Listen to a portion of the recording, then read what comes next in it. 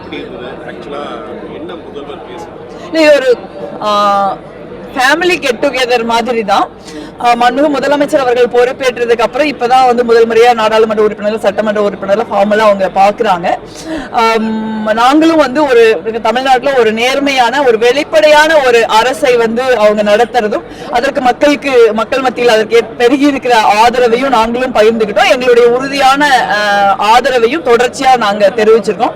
அதே மாதிரி மாண்புமிகு முதலமைச்சர் அவர்களும் ஒரு மதச்சார்பின்மையை கடைபிடிக்கிற ஒரு சமூக நீதியின் பால் நடக்கிற ஒரு அரசாங்கமா தான் இது இருக்கும். இந்த நேர்மையான அரசு வந்து தொடரும், நேர்மையான முறையில தான் நம்ம ஆட்சி பண்ணுவோம் அப்படிங்கிற உறுதியையும் அவங்களும் சொல்லியிருக்காங்க. கூட்டணிக்கு பேர் வைக்கிறது அந்த மாதிரி விஷயங்களா மற்ற கூட்டணி கட்சிகள் தலைவர்களோட கலந்து எல்லாரோட முறைப்படி ஆலோசிச்சு அவங்க இருப்பாங்க.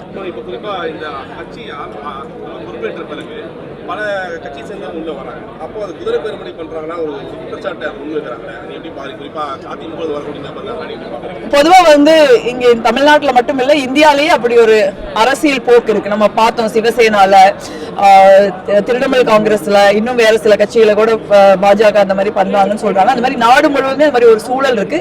ஆனா இங்க வந்து தமிழக வெற்றி கழகத்தை பொறுத்த வரைக்கும் அதிமுகல ஒரு கடுமையான பிரச்சனை நிலவர ஒரு சூழல்ல அவங்க இங்க வந்து சேர்றாங்க. அது என்ன பண்ண முடியும்? வாஷிங் மிஷின் கான்செப்ட் ரைட்டு ராகுல் அவர்களே நம்மளுக்கான விமர்சனம் பண்ணியிருக்காரு. குறிப்பா மகாராஷ்டிரா ஒப்பிட்டு அப்படிங்கும்போது கூட்டணி இருக்கீங்க. ஏற்கனவே ஊழல் சந்த கட்சிகள் கேட்டு அதிமுகவை விஜய் பேசியிருக்காரு.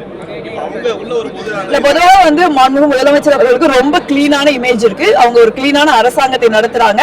சோ அதுல இருக்கிற நபர்களும் அவங்க சேர்க்கிற நபர்களும் அப்படியே இருக்கிறது நல்லதுன்னு நான் நினைக்கிறேன். உங்க கான்ஸ்டிடியூஷன் செந்தில் பாலாஜி அவர்கள் வந்து குறிப்பா பேரம் பேசி ஏதாவது நீங்க குற்றச்சாட்டு பதிவு பண்ணதா நீங்க பேசியிருக்காங்க. பேரம் பேசி இல்ல, அதுக்கு வந்து அரசாங்கத்திடம் வந்து முறையான ஆதாரம் இருந்தா அது ரொம்ப சீரியஸான விஷயம் நினைக்கிறேன். ஒரு மக்களால் தேர்ந்தெடுக்கப்பட்ட அரசாங்கத்தை வந்து கவிழ்க்க முயற்சி பண்றது வந்து அதை நிச்சயமா அவங்க செய்யக்கூடாது. அப்படி இருந்தா அப்ப அரசாங்கம் முறைப்படி நடவடிக்கை எடுப்பாங்க. அதை எடுக்கத்தான் வேண்டியிருக்கும்.